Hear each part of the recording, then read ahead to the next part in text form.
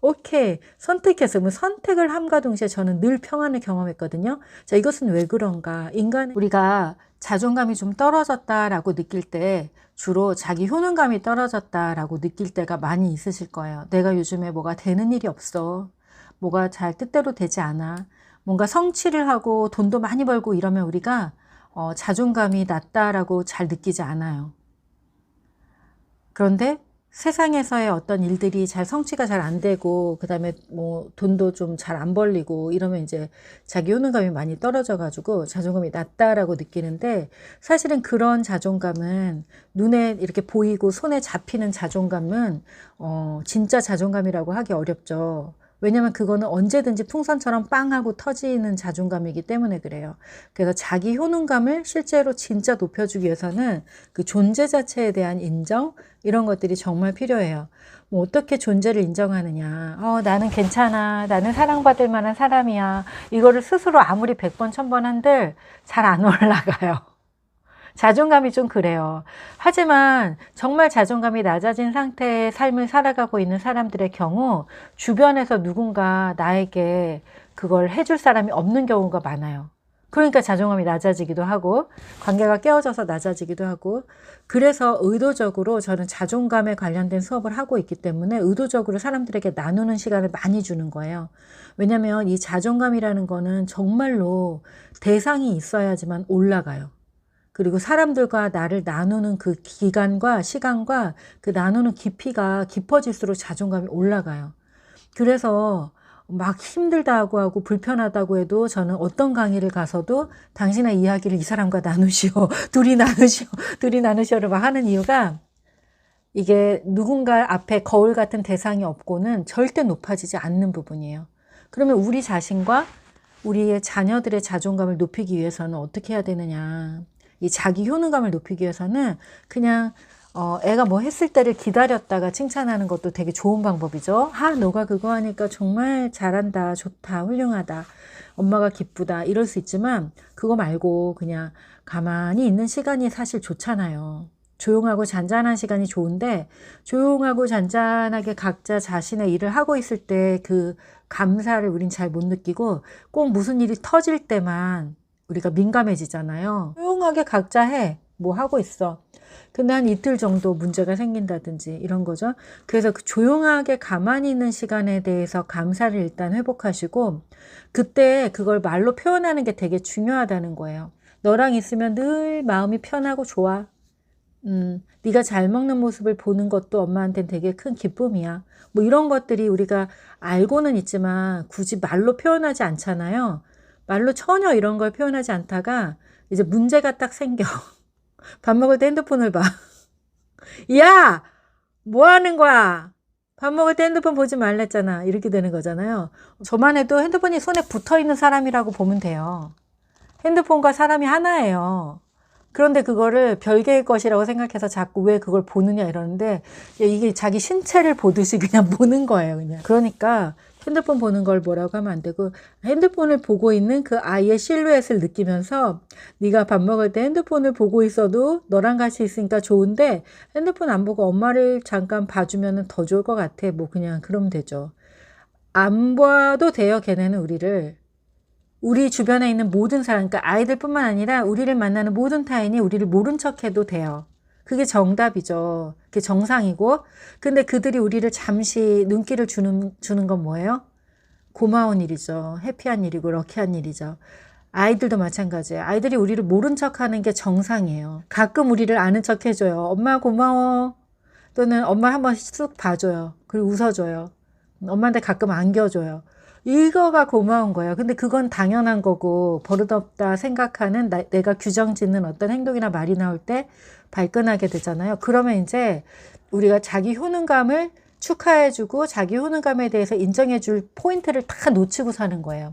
자기 효능감은 그래서 어떻게 높아지냐면, 너가 있어서 참 좋아. 엄마는 너를 낳을 때부터 좋았어. 엄마 네가 뱃속에 있을 때부터 얼마나 기다렸는지 몰라. 너는 그런 존재야. 너하고 있을 땐 늘 행복해. 그냥 이 말을 그냥 밥 먹듯이 숨 쉬듯이 연습하세요. 그래서 지금인 것 같아. 지금 이 순간인 것 같아. 그러면 야, 우리 아들이랑 장 보러 오니까 참 좋네. 영화 보니까 너무 행복하다. 나중에도 기억날 것 같아. 이런 식으로 모든 순간순간에 내가 바라던 순간이 아마 연출될 거예요. 그러니까 바라는 게 뭔 줄 알아야 바라는 순간이 지금이다 그럼 지금을 알거든요. 근데 바라는 게 내가 바라는 게 뭐지? 내가 가정 안에서 바라는 게 뭐지? 내가 가장 친밀한 사람들과의 사이에서 내가 어떤 존재로 느껴지고 싶지를 내가 늘 알고 있으면 지금이네.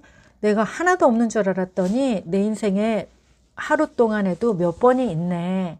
이런 걸 알게 돼요. 그러면 자기 효능감이 높아지죠. 사실 우리가 혼자 살아야 되는데 지금 누군가 같이 있어요. 공간에 함께 살아요. 그러면 함께 사는 사람이 어떤 커뮤니케이션이 없어도 그냥 함께 있는 게 얼마나 큰 감사한지 몰라요. 다들 안 뛰쳐나가고 있는 거잖아요. 그죠? 뛰쳐나가도 되는데 안 뛰쳐나가고 있는 거거든요. 너무 감사해요. 그러면 야, 우리가 이렇게 서로 각자의 시간을 갖고 있지만 이렇게 한 공간에 살 수 있는 것도 나는 참 감사하다. 이렇게 느끼게 되면 그 존재를 바라보는 눈길이 달라져요. 눈길이. 이게 그 감사가 없으면 어떻게 되냐면 징하다 징해 진짜 이게 같이 사는 거야 뭐 하는 거야 도대체. 찬바람이 쌩쌩 부네 하는데 정작 찬바람 불고 있는 사람은 누구예요? 나예요, 나. 그러니까 내가 햇님이 돼야 되고 내가 온기가 돼야 되고 내가 감사의 근원이 돼야 돼요. 그러면 주변에 아무리 문을 닫고 있던 사람들이 문을 열기 시작하거든요. 그거는 직접 경험을 해봐야 돼요. 문을 열기 시작해요. 그리고 어떤 경우는 문을 못 여는 사람이 있어요. 그 사람의 상황 때문에. 우리 청소년 자녀들이나 남편들이 내가 너무너무 잘해주고 내가 천사로 해줘도 문을 못 여는 경우가 있어요. 자신의 죄책감과 양심에 따라서 그것을 봐야 될 때, 그걸 보면은 내가 죽는다고 생각될 때는 차라리 양심을 포기하고 냉담을 선택해요. 왜냐면 죽으니까. 그래서 양심을 포기하고 냉담을 선택한 사람들을 회복해서 다시 문을 열게 하는 거는 더 어려운 일이죠. 근데 그거를 우리가 할 수 있으려면 우리가 그냥 우리 삶을 살면 돼요. 내가 저 문을 열게 할 거야. 내가 어떻게 해서든지 내가 문을 딸 거야. 막 열쇠를 딸 거야. 이러면은 거기다가 이제 철창을 달아요. 철창을 달아요. 그래서 절대 못 열게 해요. 그러니까 열거나 말거나는 언제나 그 존재의 그 주도적인 힘에 의해서만 열려요. 밖에서 아무리 햇살을 쪼인들 안 열려요. 그 존재의 선택에 의해서 열리는 거니까 그런 사람이 있다라는 인식을 내가 했다면 나는 내 삶을 잘 살아서 언젠가 문이 열릴 때 바깥이 따뜻한 햇살이 비칠 때 문이 조금 열리면 어떻게 되죠? 햇살이 단번에 들어가요. 아주 그냥 꽂혀요. 오후에 그 정오의 햇살은 문이 요만큼만 열려도 그냥 꽂히거든요. 그런데 이쪽이 문을 닫고 있어서 냉담을 선택하면 나도 찬바람, 나도 거의 동토의 왕국에서 살고 있으면 문이 열렸는데 햇살이 안 들어와. 그러면 문을 닫겠죠. 다시 추워서. 그러니까 다른 사람의 문을 열려고 애쓰지 마시고 이미 있는 상태, 지금 이 상태에서의 감사가 뭐지 해서 그 순간순간의 감사의 포인트를 인정해 주는 거예요. 서로가 서로에게. 근데 나에게 인정해 주는 사람은 없는데요. 그럼 나는 이러한 공간을 찾아가야 되는 거죠. 나와 비슷한 사람들이 있는 곳 또는 나보다 조금 더 좋은 에너지가 있는 곳 또는 그러니까 안전하고 편안하면서 내 이야기를 할 수 있는 공간 이렇게 찾아서 그냥 내가 뭘 하지 않아도 나의 존재 가치를 인정받을 수 있는 곳 그런 곳들을 통해서 처음에는 내가 에너지를 공급받아서 그래 내가 수고하고 애쓰면서 지금까지 왔구나 내 존재가 괜찮구나 라는 것들을 인정받으면 누군가 다른 사람이 나를 그렇게 인정해 주지 않아도 괜찮은 단계가 와요. 그러면 그때는 이제 뭘 하면 돼요? 거꾸로 내가 다른 사람의 그 자기 효능감, 존재감들을 인정해 주다 보면 이게 이 에너지는 주고받는 거예요. 에너지는 쌍방향이에요. 그래서 좋은 에너지를 많이 받으면 내가 굉장히 좋아지죠. 그리고 좋은 에너지를 더 많이 줄 수가 있어요. 더 많이 주니까 더 많이 받게 되고요. 그래서 BTS가 어떻게 돼요?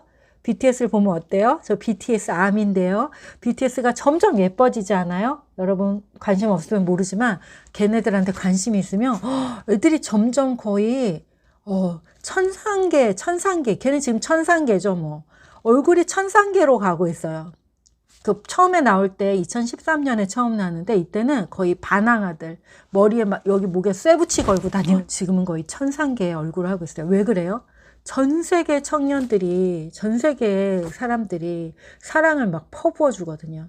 걔네가 아무리 나쁜 짓을 해도 나쁜 짓을 하지도 않지만 실수하고 안 좋은 어떤 모습을 보인다고 해도 걔네는 이래서 그랬을 거야. 그래 다 인정하고 칭찬하고 모든 걸 다 포용해요. 전 세계 사람이. 그렇기 때문에 이 존재가 점점 펴지는 거예요. 그 우리가 우리 아이들을 또 우리 자신을 그렇게 하려면 어떻게 해야 돼요? 뭐든지 수용하시면 돼요. 뭐든지. 뭐 그럼 어때? 그럴 수 있지. 괜찮아. 내가 나한테 계속 하는 언어를 바꾸세요. 내면의 언어를 바꾸면 돼요. 괜찮아. 그럴 수 있지 뭐. 우리 애도 야, 너 그러다가 큰일 난다 라는 말을 내가 자꾸 쓰고 있다면 그 언어를 내 입에서 멈춰야 돼요. 아이에 대한 비난이나 걱정도 비난이거든요. 걱정은 뭐냐면 너가 못할 것 같아 라는 이야기를 계속 하고 있는 거예요. 걱정하지 마세요. 아이들은 걱정을 정말 끔찍히 싫어해요. 부모의 걱정이 아이들의 무의식에 직결적으로 이렇게 아주 닿아요. 그래서 걔네들이 그걸 알아요. 아, 저 엄마가 나를 못 믿는구나. 그걸 알아요. 그래서 걱정은 독이에요. 우리의 무의식이 아이들에게 걱정을 전해주면 절대 안 돼. 걱정은 언제예요? 걱정은 혼자해서 이 걱정이 이게 정말 도움이 될까를 생각해서 걱정을 격려와 응원의 말로 바꾼 다음에 그때 아이들과 대화를 시작하는 거예요. 걱정을 가득 품은 채 얘기를 아예 하지도 말아야 돼요. 누군가를 걱정하는 걸 한번 생각해 보세요. 여러분이 우리 좋은 친구들이 나를 걱정할 때 한번 생각해 보세요. 기분이 좋으세요? 야, 너 왜 그러고 다녀? 네 건강도 좀 챙기고 그러지 마. 막 좀 자신감 좀 가져봐. 막 이러면 어때요? 너나 이런 생각 들잖아요. 도움이 1도 안 돼요. 그런 말들이. 너 잘하고 있어. 괜찮아. 좋아. 요즘 모습 보기 참 좋아. 이럴 때 좋잖아요. 내가 울고 다니는데도 막 언제 봤는지 내가 웃을 때 잠깐 보고 그거 칭찬해주는 그런 사람이 좋은 거예요. 그래서 아이들에게 걱정을 빙자해서 사랑이라고 얘기하는 거는 자기 효능감을 굉장히 떨어뜨린다. 내가 그냥 있는 그대로 괜찮고 수용되고 인정받을 때 올라가고요. 두 번째는 이제 자기 조절감인데요. 많은 엄마들과 선생님들을 만나면 이런 얘기예요. 저는 평정심을 갖고 싶어요. 저는 정말 단단해지고 싶어요. 저는 돌처럼 바위처럼 흔들리지 않고 싶어요. 여러분도 그렇죠? 그런 시기가 있었죠. 그래서 제가 뭐야, 뭐 돌이 돼서 뭐 그 돌을 누가 좋아해? 이제 이렇게 하죠. 돌을 누가 좋아합니까, 여러분? 돌 되면 뭐가 좋아해? 이제 이렇게 하는데 사실 저도 그런 시기가 있었어요. 왜? 너무 힘드니까. 너무 자꾸 주변에 휘둘리고 상황에 휘둘리니까 나 정말 흔들리지 않는 그 단단함. 무슨 침대 선정 같으네요. 나 정말 흔들리지 않고 싶어. 막 이런 마음을 열망 가졌던 적이 있어요. 막 그 기도였던 적도 있어요. 막 정말 흔들리지 않게. 그랬는데 마음 공부를 한참 해보니까 흔들리는 게 좋은 거고 바람이 살랑살랑 불 때는 내 마음도 살랑살랑 설레는 게 좋은 거고 저기서 막 난리가 났을 때는 나도 난리가 나는 게 좋은 거죠. 그게 사람인 거죠. 그랬을 때 우리가 인간미가 있고 살아있음을 느끼게 되는 걸 이제 알았어요. 그런데 이 자기 조절감이 고장난 사람들은 이제 그걸 열망하게 돼요. 왜? 내가 원할 때 살랑거리지 않고 내가 원할 때 분노가 일어나지 않고 막 아무 때나 일어나니까. 이거 언제 고장나는 줄 아세요? 어떻게 해서? 대부분 다 고장나 있어요. 왜 그러냐면 10대, 20대, 30, 요즘엔 10대들도 많이 고장나 있어요. 보통 우리나라 엄마들은 한 2살이 되기 전에 문화센터를 다니기 시작해요. 2살이 뭐야? 한 8개월부터 다니는 것 같아요. 8개월. 8개월 요새는 더 빨라요. 인펀트 가정 막 이래가지고 요새 더 빨라. 그러면 8개월도 안 돼서부터 1살도 안 된 애들을 이제 경쟁의 대열에 데리고 가는 거예요. 그냥 놀러 가는 거예요. 이러는데 저도 다녀봐서 알아요. 저도 1살도 안 된 애기를 데리고 문화센터를 다니던 엄마였거든요. 저 영재 교육의 선두주자여서. 그러면 비교가 안 될 수가 없어요. 저희 같이 영어 노래 막 부르고 있는데 쟤는 막 무슨 쟤는 무슨 미국에 살다 왔어? 막 이러고 우리 애는 못하고 이러면 이제 비교가 안 될 수가 없죠. 근데 우리 애는 미국에 살다 왔냐 그랬어요, 그때. 저거 얼마나 시켰으면. 미국에 가본 적도 없는데. 그러니까 저는 영재 교육에 거의 미쳐 있었어요. 나중에 알았는데 그게 내가 자기 효능감이 워낙 떨어지는 사람이고 내가 내 존재에 대한 확신이 너무 없는 사람이어서 이 아이를 영재로 만들기 위한 내가 프로젝트를 진행할 거야 이렇게 했던 거더라고요. 지금은 다 놓았어요.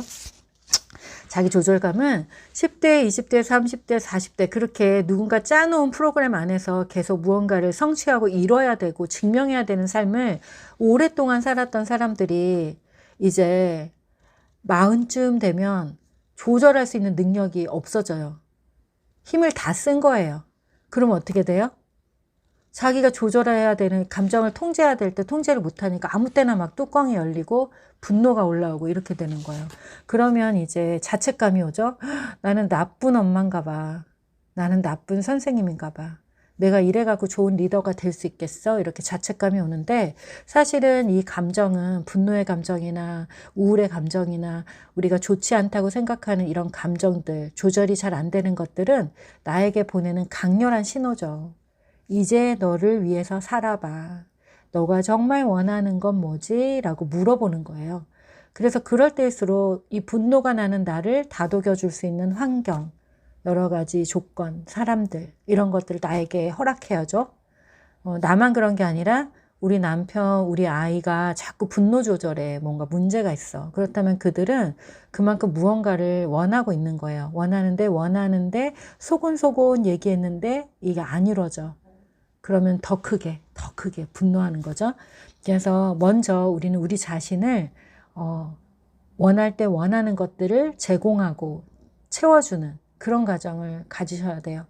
자고 싶을 때는 뭔가 미뤄두고 자고, 먹고 싶을 때는 먹고 싶은 것을 꼭 먹고, 누군가 만나고 싶을 때는 시간을 조절해서 만나고, 배우고 싶을 땐 배우고, 이런 것들을 한꺼번에 다 할 수는 없지만 이렇게 조절해서 이렇게 배치를 하면 우리는 웬만한 건 다 하면서 살 수가 있어요. 잘 조절해서 선택권이 나한테 있다는 걸 알고 그런 걸 살다 보면 우리가 자기 조절이 저절로 돼요. 자, 휴일날 배부르게 먹고 편안하고 아무 문제가 없으면 어때요? 마음이 그냥 편안하잖아요. 그거랑 똑같아요. 그러니까 내가 조절이 안 될 때는 내가 문제가 있는 사람이어서가 아니라 내가 무언가 부족하거나 힘들어서 그러는 거니까 나에게 원하는 삶을 살 수 있도록 허락하는 게 중요해요. 그리고 이제 자기 안정감 너무너무 중요한데요. 어떤 사람이 자기 효능감도 있고 자기 조절감도 채워졌어요.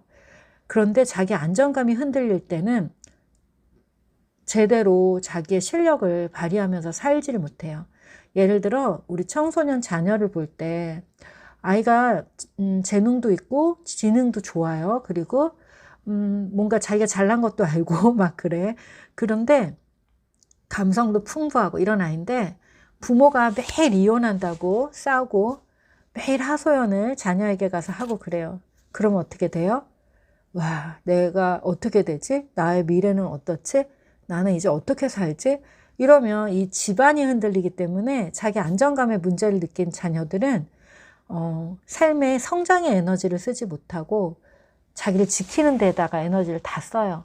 그런데 그 지키는 걸 좀 잘 지키면 좋은데 이미 모멸감과 수치감까지 같이 느껴요. 내가 얼마나 못났으면 우리 부모가 이렇게 이혼한다 그럴까? 이렇게 해서 자기를 지키는데 안 좋은 방향으로 이제 자기를 막 지킨다기보다 자기를 해치는 행동들을 하게 되죠.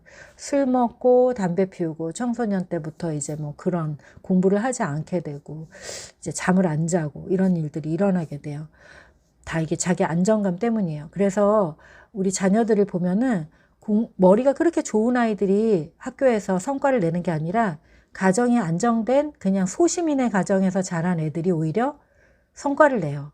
뭐 반장도 하고 회장도 하고 공부도 잘하고 이렇게.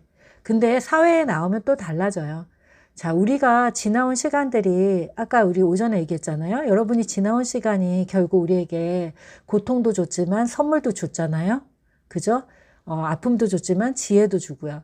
그것처럼 우리 자녀들도 그 부모를 만났기 때문에 견디고 참으면서 배운 것들이 많아요. 그래서 그 아이들은 다른 사람들이 경험하지 않은 눈에 보이지 않는 것들에 대한 인식, 그리고 그때 그런 상황을 해결해야 되는 견딜 수 있는 그런 힘을 갖고 있어요. 그래서 우리가 걱정하지 않아도 엄마가 이걸 못 해줘서, 이런 환경을 잘 못 해줘서 미안해 라는 감정을 가질 수는 있지만, 그걸 굳이 계속 반복적으로 퍼내면서 아이에게 자꾸 그것을 낙인이죠, 일종의. 너가 그런 환경에서 자랐어를 애도 다 알아요. 근데 그런 걸 자꾸 반복적으로 얘기할 필요가 없다는 거예요. 이미 다 알아요. 왜? 같이 살아서 같이 그 시간을 이겨냈고 그 시간을 살아내고 견뎌낸 존재이기 때문에. 그래서 우리가 그냥 지금부터, 뭐든지 지금부터예요. 코칭은 지금부터예요. 그랬었지. 그럼에도 불구하고 지금부터 난 안전한 공간을 만들어 줄 거야. 지금부터 난 나 자신에게도 우리 가족에게도 안전한 가정을 만들어 줄 거야. 그래서 삶이 불안하다고 자꾸 내가 뭐 이혼을 하겠다. 제 얘기입니다, 여러분. 제가 맨날 이혼하겠다. 뭐 이런 얘기를 하다가 어느 순간 제가 알았어요. 저 필경사 바틀비라는 책이 있는데 그 책을 다른 팀에도 소개를 했는데 제가 그때 읽었던 책이에요. 맨날 오늘 이혼해야지, 내일 아니야 이혼 못해. 오늘 이혼해야지, 내일은 이혼 못해. 이혼해야지 안 해야지를 계속 이게 손바닥을 막 계속 뒤집으면서 살고 있었을 때예요. 그때 필경사 바틀비라고 하는 허먼 멜빌이 쓴 책인데 나중에 기회가 되면 한번 읽어보세요. 그 책을 읽는데 뭔가 저한테 굉장히 깊은 인사이트가 왔어요. 그 책은 되게 얇은 책이에요. 이렇게 그림도 있고. 어떤 인사이트였냐면, 나는 이거 아니면 이거, 이분법적인 선택이 나한테 있다라고 생각했어요. 물론 머리로는 이제 의식에 대한 공부를 했기 때문에 뭐 나에게는 뭐 여러 가지 360가지의 생각을 할 수 있어. 기회는 굉장히 많아. 이런 생각을 하고 있었지만 현실에 있어서 나의 당면한 문제에 있어서는 두 가지밖에 없다고 생각했어요. 이거 아니면 이거. 그런데 그 책을 딱 봤는데 그 책에 나오는 그 필경사는 이렇게 필사하는 그 요즘으로 치면은 그 이 타자 쳐주는, 누가 말하면 그거 쳐주는 사람 있죠? 그런 게 필경사인데, 거기에서 걔는 그러니까 힘이 없는 존재예요. 아주 힘이 없는 존재인데 걔가 하는 말은 딱 한 가지예요. 처음부터 끝까지. 나는 하지 않는 것을 선택했습니다. 나는 하지 않는 것을 선택하기로 했습니다. 뭐 하여튼 그거예요. 어쨌든 자기가 안 하는 것을 선택했습니다. 뭐 이런 거죠. 너 해고야 이래도 저는 해고 당하지 않는 것을 선택했습니다. 그게 뭐야 이러는데 하여튼 걔는 처음부터 끝까지 그래요. 그래서 나중에 좀 이상하고 미친놈이다 이래서 그 회사 사람들이 다 이사를 가버려요. 근데 걔는 거기 있어요. 다음 사람이 왔는데 당신 누구야 이렇게 되는 거죠. 그런데 거기서 또 똑같은 얘기를 해요. 저는 여기 있는 것을 선택했습니다. 뭐 이러든지 저는 하지 않는 것을 선택했습니다. 저는 나가지 않는 것을 선택했습니다. 이런 식으로 계속 똑같은 얘기를 하는 거예요. 자, 그걸 보는 순간 참 엽기적인 인물이다. 근데 그게 그 인류의 소설 역사에서 볼 때 가장 독특한 인물 중에 하나예요. 근데 그 인물을 가만히 보고 있으면서 그 선택에 대한 그 선택이 뭔지에 대한, 선택의 힘에 대한 그 파워를 저는 느낄 수 있었어요. 선택할 수 있다. 그러니까 모든 사람이 선택할 수 있다는 거 우리가 다 알잖아요. 하물며 이런 상황에서도 선택할 수 있다. 아니, 직장에 고용돼 있고 고용돼서도 나가 그러면 나가 끝나는 거잖아요. 그게 일반적이잖아요. 근데 걔는 나가지 않는 것을 선택해요. 그래서 결국 자기가 지킬 건 지키는 거야. 근데 저 그걸 딱 보면서 난 선택해야겠다. 내가 완전히 이건 정말 끝이야 라는 결론이 내가 나기 전까지는 나는 하지 않는 것을 선택했다. 그래서 저는 선택했어요. 하지 않고 견딤으로 인해서 이것을 나의 영적 성장의 여정으로, 나의 배움으로, 또 우리 가게에 흐르는 어떤 안 좋은 것이 있다면 그것을 끊는 계기로 내가 선택했어. 그런데 다행히 나에게는 굉장히 좋은 여러 가지 기질이 있더라고요. 그런 것들을 감당할 수 있는. 그래서 저는 그 선택을 함과 동시에 제 안에 평안이 왔고, 또 뭔가 출렁일 때는 언제든지 저는 선택의 순간을 다시 만들어요. 그래서 넌 어떡할 건데? 왜 불안해하는데? 한번 선택해봐. 선택을 또 해요. 그럼 오케이. 선택했어요. 뭐 선택을 함과 동시에 저는 늘 평안을 경험했거든요. 자, 이것은 왜 그런가? 인간은 자기 주도적으로 살아가기를 원하고 항상 열망하고 인간의 근원에서는 그것이 이루어질 때 내가 내 삶을 살고 있어. 내가 자유로워. 내가 내 삶의 주인이야 라는 의식이 우리한테 와요. 그래서 그 삶의 풍파가 아무리 힘들고 어렵더라도 내가 지금 이 순간 그 어려움 중에서도 이것을 선택했어 라고 했을 때는 그 어려움은 두 번째가 되고 그 순간 내가 이 모든 상황의 주인으로 다시 딱 서게 돼요. 그래서 여러분 한번 인생에 있어서 한번 계속 연습을 한번 해보세요. 제 말을 잊어버리지 마시고 뭔가 힘들고 어려운 갈등의 상황이다라고 했을 때 그래, 그렇다면 나는 뭘 할까? 내가 어떤 선택을 할까? 이렇게 해서 한번 선택을 해보세요. 그런데 이 선택은 우리가 성숙해지면 성숙해질수록 내면의 힘이 차오르면 차오를수록 우리는 좀 더 좋은 선택을 하게 되고요. 그리고 나 자신은 물론 우리 인류 전체에게 도움이 되는 선한 선택을 할 수 있는 능력이 우리한테 생겨요. 근데 그렇게 하기 위해서는 뭘 해야 돼요? 가장 작은 것부터 선택을 해야 돼요. 지금 이 순간 내가 쉴 것인가? 설거지를 할 것인가? 이런 거부터 내가 결정을 못 내리고 설거지 할 때 늘 눈치 보는 분 계시죠? 설거지 안 하면 냄새가 날 텐데. 아니, 냄새 나면 어때요? 내 집인데. 근데 식구들 눈치를 보잖아요, 우리가. 우리 아들이, 우리 남편이 나한테 게으르다 그러면 어떡하지? 뭐, 냄새 난다 그러면 어떡하지? 이런 것들이 이제 눈치가 보이는데, 선택을 할 때는 기꺼이 그것에 대해서 이제 내가 책임지는 게 필요하죠. 누가 나와서, 아니, 왜 설거지를 제때제때 안 하고 집에 이렇게 냄새 나게 해? 그러면, 그렇지. 냄새 나지. 인정할 건 인정해야 되는 거예요. 그렇지. 냄새 나지. 그런데 내가 좀 많이 힘들었어. 그래서 좀 쉬었으니까 이제 하려고. 도와주면 더 좋고 이런 식으로 그냥 책임을 지는 거예요. 네.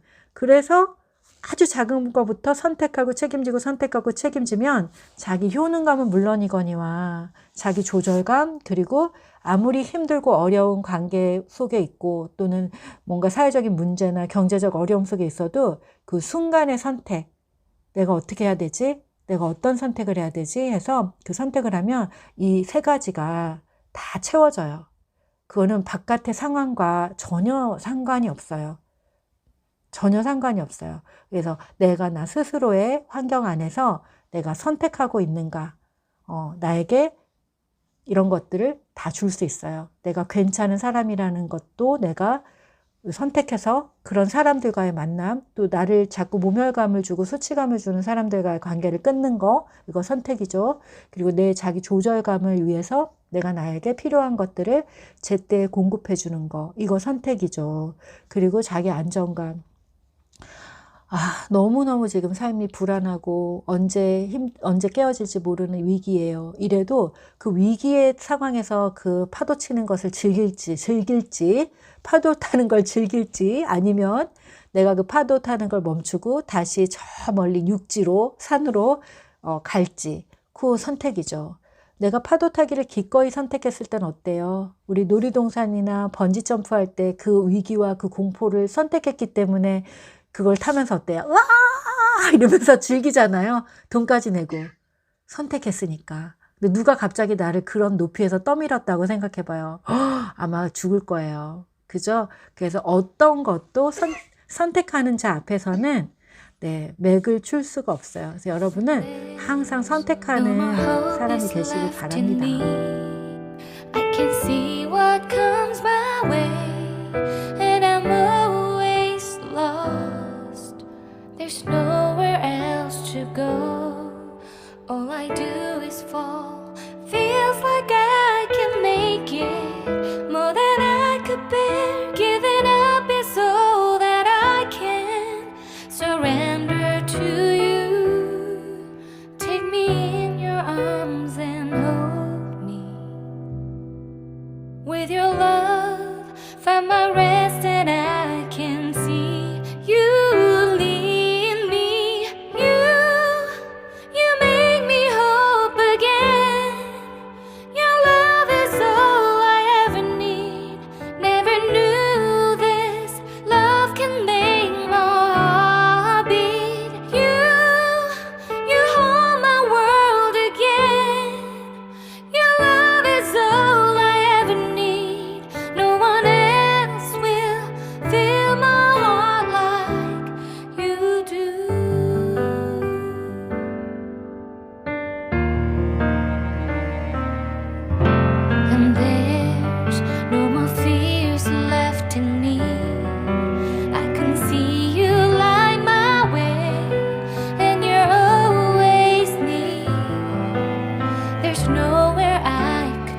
음.